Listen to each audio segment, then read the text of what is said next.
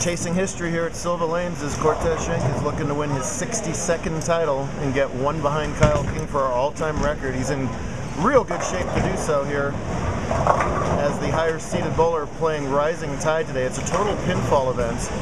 The only gimmick which gives Zach Wojciechowski any chance here is that there's a 40-pin lifeline bonus for whoever has the high game this game. It started at 10, we're in round 4, so now it's at 40.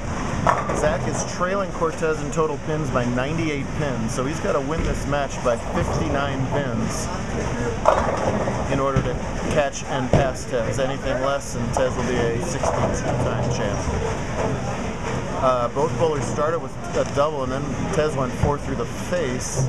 Zach really needed to keep that string going as long as possible to keep some pressure on Cortez. It's a weird kind of reverse pressure when you're up by so much. You make one little mistake and it feels like, oh god, here we go. After leading the tournament almost literally all day. He was the top seed headed in.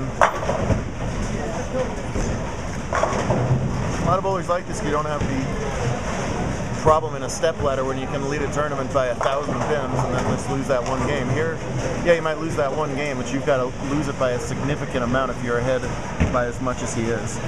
Had the high game of the day today at 273, 6 and 7 count in there. Zach leads right now by 27, but Tez is going to be working on a double. And boy, is that not what he needed right there. Ouch. Meanwhile, to our right, Vanessa Romero and 5th place finisher Heather Penitzer are playing in the girls' title match. Heather back from Sam Houston. Off to a successful start there. Zach needs to find a way to make this, really. Absolutely no time for open frames right now.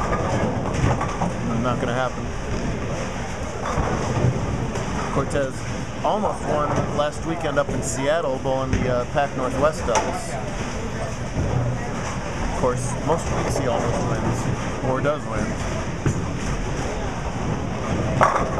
Bowled on Bourbon Street, which is just modified house, but the scores were not that high today. Tez's plus 154 for 5 led kind of easily, and has been kind of unchallenged here in the Rising Tide rounds. Cool format. I like it. You guys should borrow it if you're watching this from somewhere else.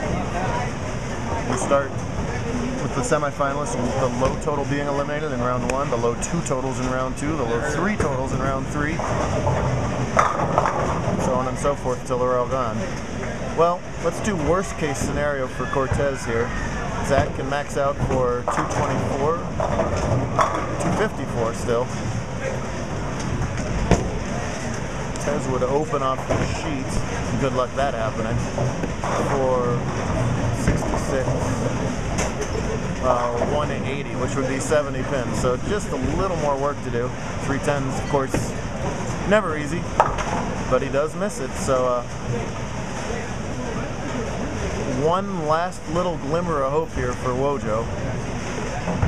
He can set up strikes in the 8th and 9th. He'll make Tez, I think, figured out getting a mark. One of these last couple frames.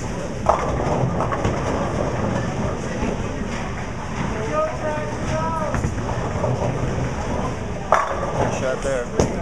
Zach, a much improved bowler. He's knocking on the door of going from good to great. He's won a couple titles a year for the last couple of years.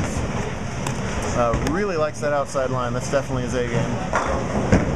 Bowled a 300 on that line at Starlight last year when nobody was striking at all. That was one of the more impressive 300s of last season.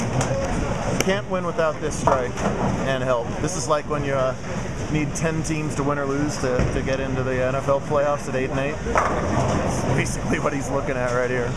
Hey, huge thanks. Here's the shot.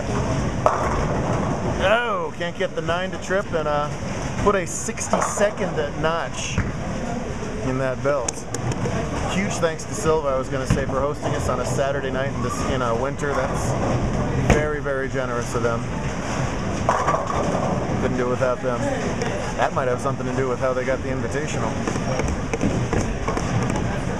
You hook us up in December, we'll hook you up in June. Simple as that. Now it's going to be a fine effort. If it was just a flat-out title match, you'd have the lead. But just watch greatness. I am telling you, I've watched 20 years of my tournaments, more than 10 or so years as a kid, and certainly follow the various pro tours. This kid can be one of the best bowlers of all time. I'll say it, if not the best. What's stopping him? He's got all the talent, he's got all the desire, he's got all the tools, he's got a support network, and just raw natural talent. From the time he was a 10-year-old, just doing practice shots up and down the approach at Kyrene. It's been amazing to watch, and the sky is still very much the limit.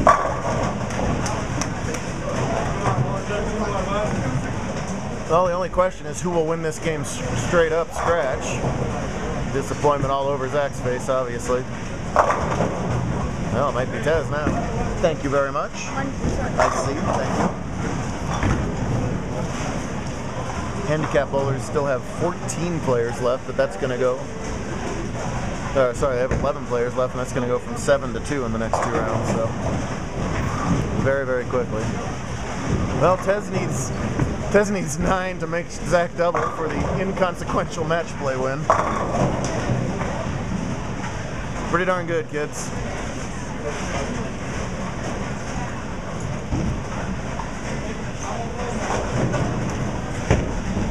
Good result for Zach. Never any shame in second place, certainly not in losing to Cortez. Doubles tomorrow always gets a little tougher. Thank you, sir. Thank you, sir. So, congrats yet again to the man who's received the lion's share of those congrats over the last 5 years or so. We'll see who emerges or does not submerge in the rising tide out of the handicap division come up next.